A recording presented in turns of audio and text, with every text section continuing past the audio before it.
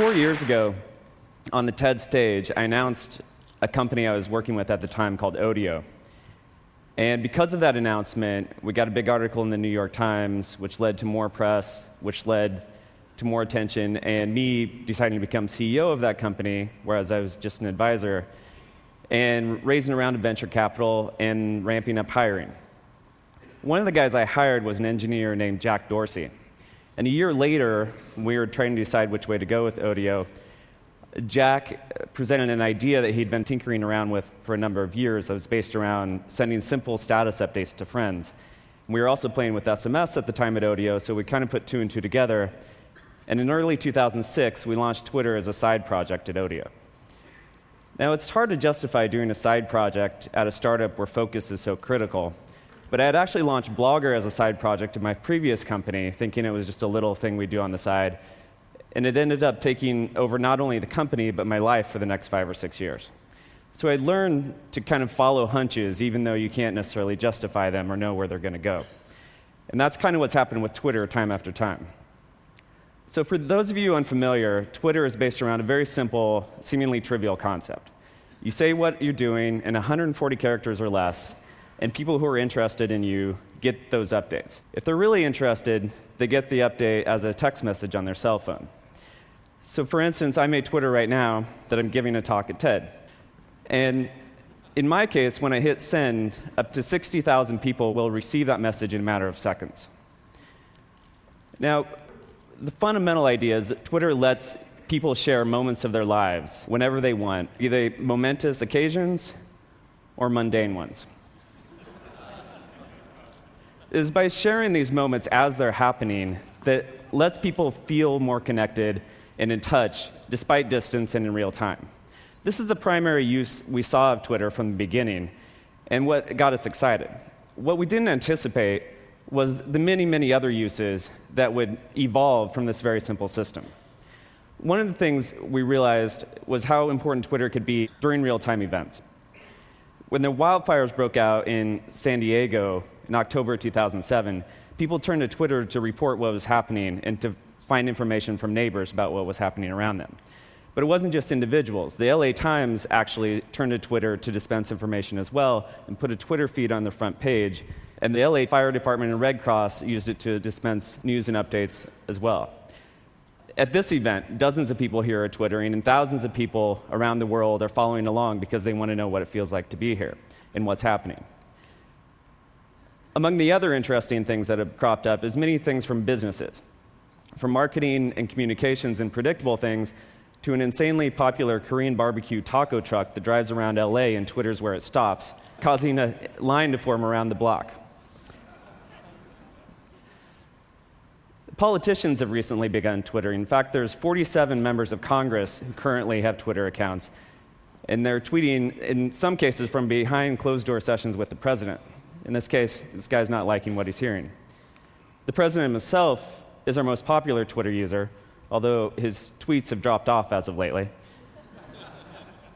while Senator McCain's have picked up,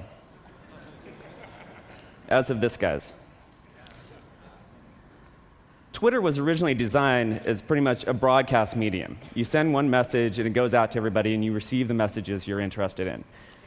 One of the many ways that users shaped the evolution of Twitter was by inventing a way to reply to a specific person or a specific message. So this syntax, the @username that Shaquille O'Neal is using here to reply to one of his fans, was completely invented by users. And we didn't build it into the system until it already became popular, and then we made it easier.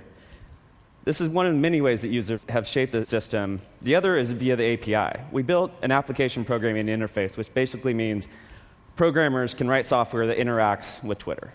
We currently know about over 2,000 pieces of software that can send Twitter updates and interfaces for Mac, Windows, your iPhone, your BlackBerry, as well as things like a device that lets an unborn baby Twitter when it kicks, or a plant Twitter when it needs watered.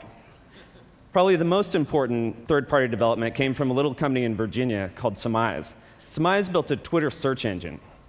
And they tapped into the fact that if you have millions of people around the world talking about what they're doing and what's happening around them, you have an incredible resource to find out what's happening among any topic or event while it's going on. This really changed how we perceive Twitter. For instance, here's what people were saying about TED. And this is another way that our mind has shifted, and Twitter wasn't originally what we thought it was. So we liked this so much, we actually bought the company and are folding it into the main product.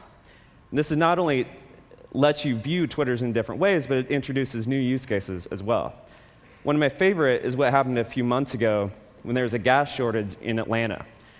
Some users figured out that they would Twitter when they found gas, where it was, and how much it cost, and then append the keyword ATL gas, which let other people search for that and find gas themselves. And this trend of people using this communication network to help each other out goes far beyond the original idea of just keeping up with family and friends. It has happened more and more lately, whether it's raising money for homeless people or to dig wells in Africa or for a family in crisis. People have raised tens of thousands of dollars over Twitter in a matter of days on several occasions. It seems like when you give people easier ways to share information, more good things happen. I have no idea what will happen next with Twitter, but I've learned to follow the hunch but never assume where it will go. Thanks.